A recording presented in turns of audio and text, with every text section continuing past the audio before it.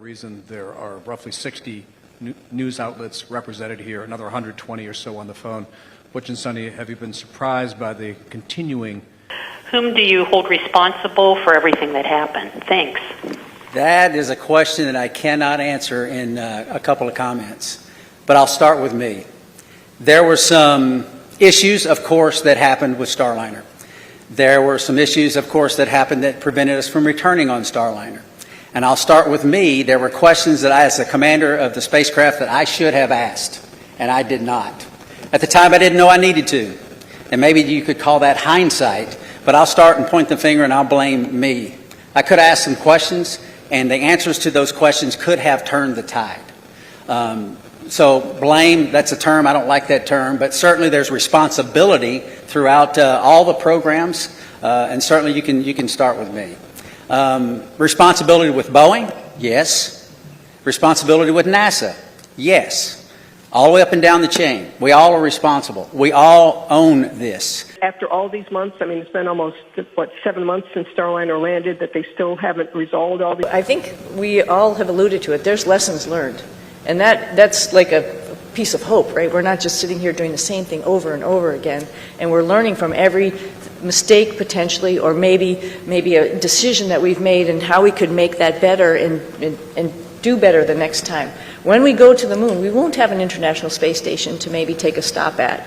We really have to get it right. And because of our mission, I think that highlighted some areas where maybe we need to work on and get it right for our fellow astronauts. I think they're encouraged by that, right? You learn and you move on and you get better. And I think that's part of the learning process. It's part of the exploration process.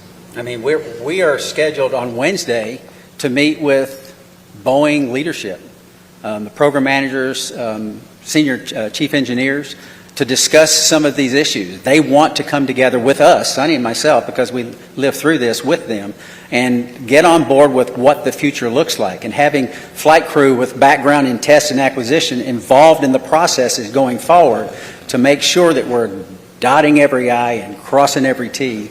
But still, that doesn't mean that you're guaranteed success in anything. Like we've said many times, this is a tough business. In Needham, they've been watching this Sox. bit by bit, every moment. Yeah, everybody at the elementary school, there was a big watch party. Heard some stuff from our friends and family that people were interested and wondering what's going on and concerned about our health and all that kind of stuff while we were up there. But, I mean, we were just part of the team doing the job, filling in wherever we could, and then knowing that there's rotational flights and we will be coming home eventually on a rotational flight. So, no, I don't think we were aware to the degree. Pretty honored and humbled by the fact of when we came home, like, wow, there are a lot of people who are interested, very thankful, very amazed that we could hopefully be one positive element to bring people together. When we're up there operating in space, you don't feel the politics, you don't feel any of that. It's focused strictly on mission. And you know, if I step back a little bit to the question before, Butch and Sunny talk up here, they make it sound like, everybody figured out what they could do with us. The reality is they are highly skilled, very technically competent, and it took everything I had on every day to keep up with them as they're moving along. So they were more than just gap fillers on the station. They were productive, pushing the station mission forward. And Sunny was the station commander, so she was calling the shots. So you get in that environment, that operational environment, the politics, they don't make it up there. Yeah, it's, again, an honor that actually people were paying attention. And I'm very thankful that people are paying attention. And, sometimes good news, bad news, it's just news, and it's good for space exploration, and that's what we're all about. Our mission, of course, building and working on the International Space Station was just awesome, and we all had the opportunity to do that. But we also have bigger goals of exploring our solar system, going back to the moon, going on to Mars. And to get people understanding that it is hard, it is difficult, and what we do up there is really awesome. And I think at least that we had a little bit of that came with the interest in this mission. And if we can perpetuate that and tell people a little bit more and have the opportunity, the forum to do that, I'm very thankful for that. Re-entered the Earth's atmosphere and came back to gravity. Can you talk specifically about any kind of weird either sensations or experiences that you've had dealing with that over the... Yes, I would say it was difficult. It wasn't in the preparation, but in my family, we talk about these possibilities.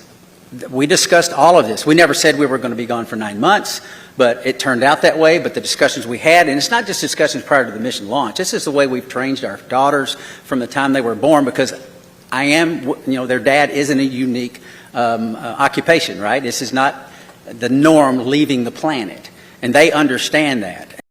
I'm not as young as I used to be, but I was stronger on space station doing more weight and more reps on exercises than I have in my entire life, because this group of professionals work to get us stronger and stronger and stronger. We're trying to minimize muscle atrophy, minimize our bone loss. So if we go to other planets, the moon and other planets in the foreseeable future, that we will be able to function when we get there. It's a whole science built around this team of individuals that are working to help us better understand human physiology and what zero gravity does to it, and how we can mitigate the effects of the bone loss and the muscle atrophy.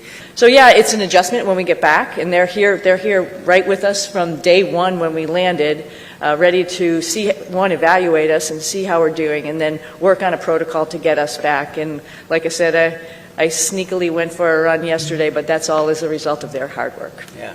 Oh yeah, I wanted to hug my husband and hug my dogs. And I'll say that in that order. But maybe not. No, I'm just joking. But of course, food, something that's just like for home for me, like something that is very, reminds you of home. And my father was a vegetarian, so I had a good grilled cheese sandwich when I got home. Long history of being active and athletes, but with that being... Well, I'm back. First and foremost, we were always coming back, and I think people need to know that. And we're back to actually, share our story with so many people, because, it's like you all mentioned, it's slightly unique, and there's some lessons learned to it, and part of that is just resilience and being able to take a turn that was unexpected and make the best of it. And I think that is the biggest thing that I want to, pass down, particularly to kids who think that their life should be the straight arrow to what you want to do, and you're just going to get there. Well, sometimes it takes some turns, some rights and some lefts, and you just keep focused on your goal, and other doors might be open for you. So I think that's the biggest message.